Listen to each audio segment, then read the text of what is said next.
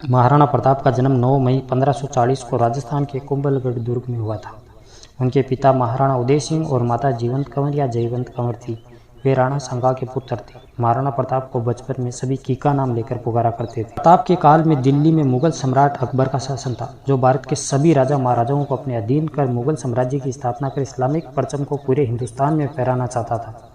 30 वर्षों के लगातार प्रयास के बावजूद महाराणा प्रताप ने अकबर की अधीनता स्वीकार नहीं की, जिसकी आस लिए वह इस दुनिया से चला गया। महाराणा प्रताप के पास उनका सबसे प्रिय घोड़ा चेतक था। महाराणा प्रताप जिस घोड़े पर बैठते थे वह घोड़ा दुनिया का सर्वश्रेष्ठ घोड़ों में से एक। मेवाड़ को जीतने के लिए अकबर ने कई प्रयास किए। अजमेर को अपना केंद्र बनाकर अकबर ने प्रताप के विरुद्ध सैनिक अभियान शुरू कर दिया।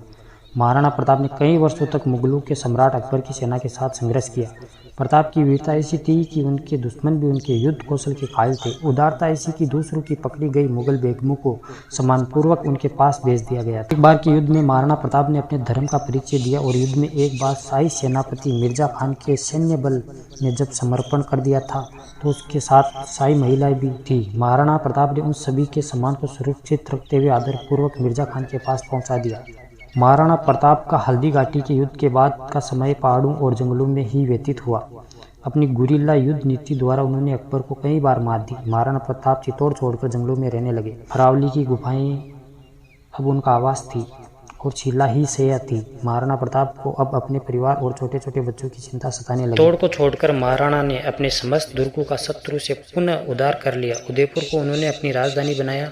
विचलित मुगलियों सेना के घटते प्रभाव और अपनी आत्मशक्ति के बुते महाराणा ने चित्तौड़गढ़ व मांडलगढ़ के अलावा संपूर्ण मेवाड़ पर अपना राज्य पुनः स्थापित कर लिया। इसके बाद मुगलों ने कई बार महाराणा प्रताप को चुनौती दी, लेकिन मुगलों को मुंह की खानी पड़ी। आखिरकार युद्ध और शिकार के दौरान लगी चोटों की वजह से महाराणा प्रताप की मृत्यु 19 जनवरी 1597 को चावड़ में हुई थी। 30 वर्षों के संघर्ष और युद्ध के बाद भी अकबर महाराणा प्रताप को ना तो बंदी बना सका और ना ही झुका सका। महान वो होता है जो अपने देश, जाति, धर्म और संस्कृति की रक्षा के लिए किसी भी प्रकार का समझौता ना करे।